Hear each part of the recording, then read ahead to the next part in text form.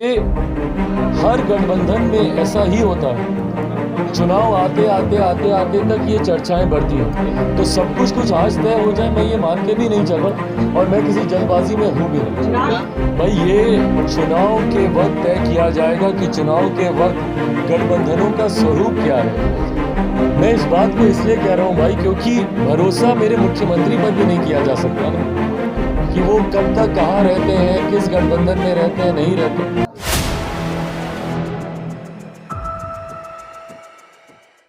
नमस्कार, आप देख रहे हैं 4 PM बिहार और मैं हूं अभिषेक मिश्रा। देखिए, बिहार के मुख्यमंत्री नीतीश कुमार ने तो भारतीय जनता पार्टी की चिंता बढ़ा ही रखी है। मोदी और शाह को तो टेंशन दे ही रखा है, और टेंशन इस तरह का कि प्रधानमंत्री नरेंद्र मोदी को 2 गुजरातियों को लगाना पड़ा बिहार में। भिखूभाई दलसानिया पहले से थे, सुनील ओझा को बिहार बीजेपी का सह प्रभारी बनाया गया, वो गुजरात से हैं, प्रधानमंत्री नरेंद्र मोदी के काफ़ी करीबी हैं। सम्राट चौधरी को प्रदेश अध्यक्ष बना दिया गया ताकि नीतीश कुमार का जो आधार वोट बैंक है उसमें सेंधमारी की जाए। गृह मंत्री अमित शाह बार बार बिहार की परिक्रमा कर रहे हैं। तो नीतीश कुमार ने बीजेपी को इतना परेशान कर रखा है, और बीजेपी जानती है नीतीश कुमार किसी का भी बैलेंस बिगाड़ सकते हैं, बिगाड़ते रहे हैं। इस बार बीजेपी का बैलेंस बिगाड़ दिया है नीतीश कुमार ने, और बैलेंस अगर बिगड़ गया है तो 2024 में इसका खामियाजा भुगतना पड़ेगा। लेकिन नीतीश कुमार से सिर्फ बीजेपी नहीं डरी हुई है, नीतीश कुमार से चिराग पासवान भी डरे हुए हैं।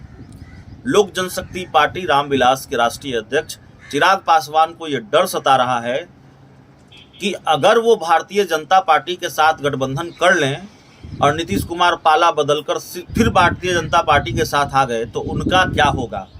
नीतीश के डर से भारतीय जनता पार्टी के साथ चिराग की डील फाइनल नहीं हो पा रही है, ऐसा लगता है।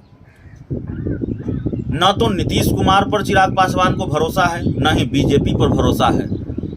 हालांकि वो ये नहीं कहते कि उन्हें बीजेपी पर भरोसा नहीं है, ये जरूर कहते हैं नीतीश कुमार पर भरोसा नहीं है। कल उन्होंने गठबंधन को लेकर बड़ा बयान दिया है।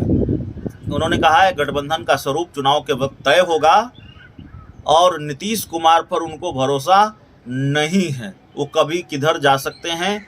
तो चिराग पासवान का पूरा बयान सुन लीजिए, आपको समझ में आ जाएगा कैसे नीतीश कुमार का डर चिराग पासवान को सता रहा है, और कैसे नीतीश की वजह से बीजेपी के साथ उनकी डील नहीं हो पा रही है, या बीजेपी के साथ और चिराग की डील नहीं हो पा रही है तो नीतीश भी एक महत्वपूर्ण कारण है। बहुत बहुत धन्यवाद भाई। हाँ भाई, ये गठबंधन के भीतर की बातचीत है। मैं गठबंधन धन की मर्यादा को तोड़ूंगा कि अगर मैं सीटों की संख्या अभी सार्वजनिक तौर पे चर्चा करने लग जाऊं। ये गठबंधन के भीतर इसको लेकर चर्चा हो रही है, और जब आम सहमति बनेगी तो घोषणा भी कर दी जाएगी। भाजपा पर से आपका भरोसा हिला है ऐसा? भाई, भरोसा तो मेरा तब हिलेगा जब हम लोग चर्चा के उस दौर पे पहुंचेंगे जहां पे सहमति नहीं बन रही हो। चर्चा ने अभी उस तरीके से गति ली ही नहीं है, और इस बात को मैंने कहा है कि ये हर गठबंधन में ऐसा ही होता है। चुनाव आते तक ये चर्चाएं बढ़ती हैं। तो सब कुछ आज तय हो जाए, मैं ये मान के भी नहीं चल रहा और मैं किसी जल्दबाजी में हूँ भी नहीं। गठबंधन की भी नजर आप पर बनी हुई है, क्या लगता है जो सीटों का समीकरण ये तो आगे तय होगा, लेकिन अगर ऐसी संभावनाएं बनती है तो चिराग पासवान महागठबंधन का रूप करेंगे? भाई, ये चुनाव के वक्त तय किया जाएगा कि चुनाव के वक्त गठबंधनों का स्वरूप क्या है। मैं इस बात को इसलिए कह रहा हूं भाई, क्योंकि भरोसा मेरे मुख्यमंत्री पर भी नहीं किया जा सकता ना, कि वो कब तक कहाँ रहते हैं, किस गठबंधन में रहते हैं, नहीं रहते हैं। एक बात मैं ज़रूर स्पष्ट कर चुका हूं कि जहां पर मेरे मुख्यमंत्री हैं उनके साथ किसी भी तरीके का समझौता लोक जनशक्ति पार्टी रामविलास के लिए संभव नहीं।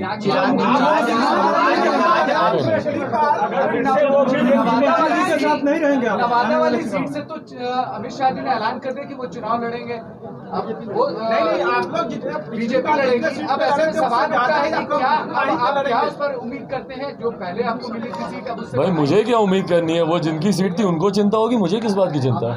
आपकी पार्टी की सीट जिनकी पास उनके सांसद हैं आज की तारीख में, चिंता उन लोगों को होनी चाहिए। भाई हम लोग तो जब गठबंधन की बात करेंगे, जब सीटों की बात करेंगे, तब हम लोग की दावेदारी अलग होगी। हम लोगों ने तो किसी सीट पे दावेदारी अभी तक पेश की नहीं। हम लोगों ने तो कहा नहीं कि भाई ये संख्या या ये सीटें, बट जिनकी संख्या और सीटें सामने हैं, चिंता तो उनको होनी चाहिए। मुख्यमंत्री ने आपको निमंत्रण दिया है। चिराग जी कि आप दिशाहीन राजनीति कर रहे हैं। कौन कह रहे हैं? आपके चाचा कह रहे हैं कि आप दिशाहीन राजनीति कर रहे हैं। प्रभु, जिस दिन हमारी दिशा तय हो गई ना, चिंता सबसे ज्यादा उन्हीं को ही होगी। उन्हीं की परेशानी बढ़ेगी जिस दिन हमारी दिशा स्पष्ट हो गई और उसकी घोषणा कर दी गई।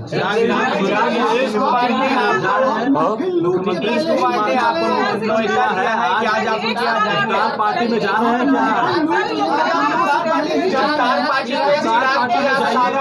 एक एक करके आप पूछ ली। इफ्तार पार्टी में आज आप शामिल होंगे, मुख्यमंत्री ने आपको नोएडा भेजा है। भाई मेरा पहले से ही कार्यक्रम निर्धारित है।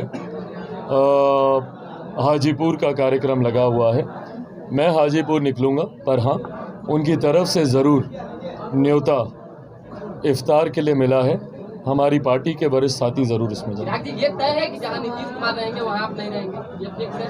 भाई नीतीश कुमार जी से समझौता करना होता तो प्रभु बहुत समय था मेरे पास। तेजस्वी यादव से नीतीश जी, जिनको मैं मानता हूँ कि जिनकी वजह से बिहार बर्बादी की कगार पर आकर खड़ा हुआ, जिनकी वजह से बिहार में से युवाओं का पलायन बढ़ा, जिनकी वजह से आज भी बिहार के युवा शिक्षा रोजगार के लिए दूसरे प्रदेश जाते हैं, जिनकी वजह से बिहार की अर्थव्यवस्था पूरी तरीके से चरमरा गई है, तो ऐसे में उस व्यक्ति के साथ किसी भी तरीके का समझौता संभव ही नहीं है। भाई समझौता करना होता अपनी व्यक्तिगत महत्वाकांक्षाओं के लिए या लाभ के लिए तो मैं 2020 में करता ना भाई, जब उस वक्त मैंने अपनी पूरी पार्टी के अस्तित्व को दांव पे लगाया अपने विचारों सिद्धांतों के लिए।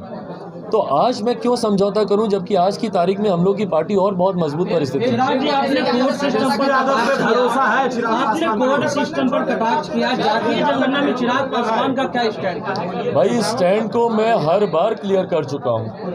पुनः अगर आप चाहते हैं इसको लेकर क्लैरिटी, मैं पुनः क्लियर कर देता हूं कि जातीय जनगणना का हम लोग समर्थन करते हैं, होनी चाहिए, पर सिर्फ जातियों की ही बात नहीं होनी चाहिए।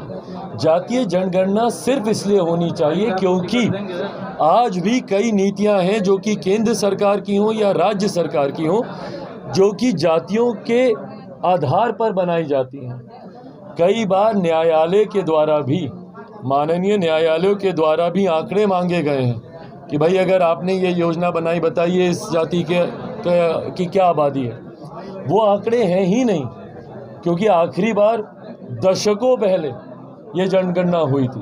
तो ऐसे में एक तरफ जहां हम लोग समर्थन करते हैं कि जातीय जनगणना होनी चाहिए ताकि जो योजनाएं बने उसमें उसके अनुपात वो राशि आवंटित की जा रही है कि नहीं, और उस राशि का लाभ लेकर वैसी जातियां जो अभी भी मुख्य धारा के साथ नहीं जुड़ पाई हैं, क्या वो जुड़ पा रही हैं कि नहीं, इसलिए हम लोग इसका समर्थन करते हैं।